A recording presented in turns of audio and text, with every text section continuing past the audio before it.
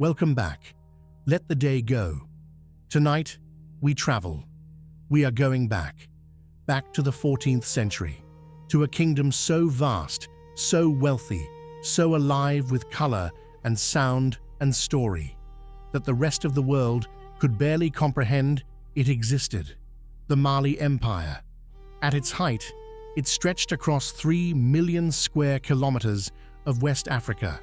It controlled more gold than any nation on earth, and at its center sat a city that drew scholars, merchants, poets, and pilgrims from every corner of the known world. Timbuktu. Tonight, we are not talking about kings and battles. We are not talking about conquest. Tonight, we walk through the streets. We sit in the markets.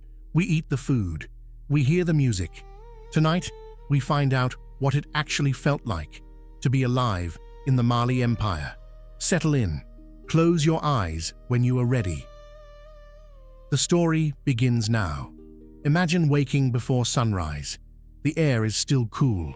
The sky above the mud brick rooftops is just beginning to soften from black to deep indigo, to the faintest trace of gold.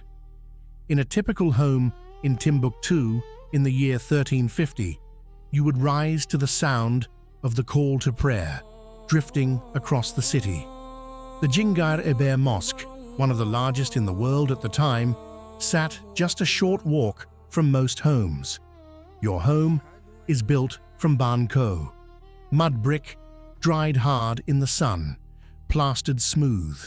Inside, the walls are thick enough to keep the heat out during the day and hold the warmth at night. The floors are swept earth, cool beneath your feet. Your family sleeps together in one large room. Woven grass mats, cushions stuffed with cotton. The first task of the morning belongs to the women of the household. Water must be fetched from the well before the heat arrives. Clay pots balanced on the head, an art learned in childhood. The body perfectly upright, the neck strong, the step unhurried. The morning meal is simple, a millet porridge called toe, thick and filling, eaten from a shared clay bowl. No forks, no individual plates. The family eats together from the same vessel as they have always done. And then, the city wakes up. By mid-morning, the market at the center of Timbuktu is already loud, not chaotic, loud with life. Merchants have arrived from across the Sahara. Camel caravans stretching back further than the eye can see, carrying salt so valuable in this part of the world that it was traded block for block against gold. Let that sink in. Salt, the same salt you shake onto your food without a thought, was worth its weight in gold in 14th century Mali. The market sells everything. Cola nuts, bitter, stimulating, shared at every greeting and ceremony. Dried fish from the Niger River, pressed flat and wrapped in leaves. Bolts of cotton cloth dyed in indigo so deep it was almost black. Copper, ivory, books. Timbuktu had bookshops in the 1300s. Scholars estimate there were between 100,000 and 700,000 manuscripts in the city at its peak. History, mathematics, astronomy, medicine, Islamic theology, philosophy. The University of Sankore, founded in Timbuktu, had more students than the University of Oxford at the same time in history. This was not a primitive place. This was one of the most intellectually advanced cities on earth. And in the market, all of that energy pulsed. Merchants haggling in Mande and Arabic and Berber. Musicians playing the kora in the shade of an acacia tree. Children running between stalls. Now, let us talk about the gold, because you cannot talk about the Mali Empire without talking about Mansa Musa. Mansa Musa became ruler of Mali in 1312, and he is, by nearly every historical estimate, the wealthiest individual who has ever lived on this planet. Not the wealthiest African, not the wealthiest medieval ruler, the wealthiest human being in all of recorded history. His personal wealth in today's money is estimated at somewhere between $400 billion and $415 billion. In 1324, he made a pilgrimage to Mecca, the Hajj, a journey of 4,000 miles. He did not travel quietly. His caravan included 60,000 men, 12,000 enslaved people, each carrying 4 pounds of gold bars, 80 camels, each carrying between 50 and 300 pounds of gold dust. He gave gold away to the poor along the route, to the rulers of cities he passed through, to the mosques he visited. He gave away so much gold, in Cairo, in Medina, in Mecca, that he flooded the Mediterranean gold market. The price of gold collapsed across North Africa and the Middle East. It took 12 years for the economy to recover. One man's generosity destabilized the global economy for over a decade.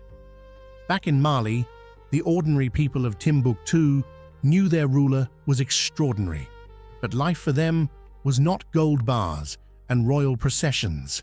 It was quieter, and in its quietness, it was beautiful. By afternoon, the heat is at its peak. The market quiets, shutters close, the city rests. This was not laziness, this was wisdom, a relationship with the sun built over thousands of years. You do not fight the heat of West Africa. You work with it. Children nap, women weave, men gather in the shade of courtyard walls to talk and drink tea. A ritual of 3 rounds, each cup representing something. The first cup, bitter as death. The second, strong as life. The third, sweet as love. No meeting of consequence happened without tea. The griots were active in the afternoons. The griots, the storytellers, the memory keepers, the living libraries of West African society. Every family of standing had a griot attached to them, a person whose entire life was devoted to remembering, to reciting lineages going back 20, 30, 40 generations, to singing the stories of your ancestors so they would never be forgotten. There were no filing cabinets, no cloud storage, no printed books for the common person. There was the griot, sitting in the shade, speaking in a voice trained since childhood to carry history across time. The griot made sure that nothing was lost. Nothing was ever truly lost. As the sun begins to fall and the air cools again, the city breathes. Evening in Timbuktu was a social time. Families moved outdoors. Neighbors gathered. The Niger River, wide and brown and slow, caught the last light of the sun and held it a little longer than anything else. The evening meal was the main meal. Jollof rice, yes, jollof rice is ancient. Fish stew with okra and palm oil. Lamb on celebration days. Everything cooked over open fire, the smoke rising straight up into the still evening air. Music was everywhere. The kora, a 21-string instrument made from a gourd and a cowhide, sounds like a harp crossed with a guitar, crossed with running water. The djembe drum, the balafon, a wooden xylophone whose sound carries across an entire village. People danced, not as performance, as prayer, as communication, as joy. Children were kept close, but not sheltered. They learned by watching, by doing. A girl of 8 might already know how to dye cloth.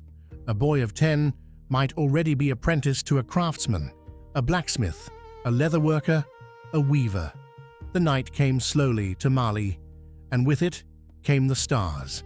The Sahara sky above Timbuktu, undimmed by any electric light, is one of the most spectacular things a human being can witness. Stars so thick and close, they looked like scattered gold dust. Perhaps that is why they mined it. The Mali Empire began to decline in the late 1300s. Internal conflict, drought, the slow shift of trade routes. By 1600, Timbuktu had changed hands several times. The great libraries were scattered.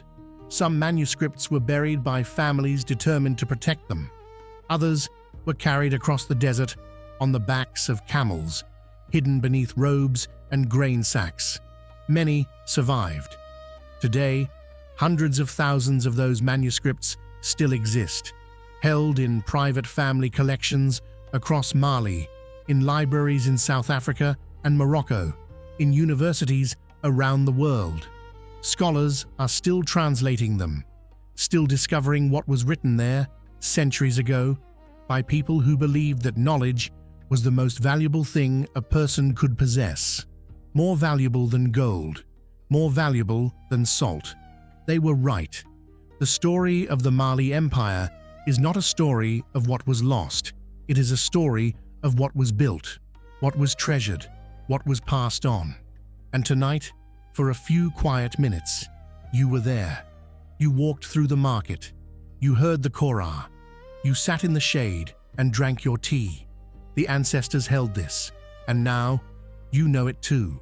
And so the story rests here, for now. Sleep well.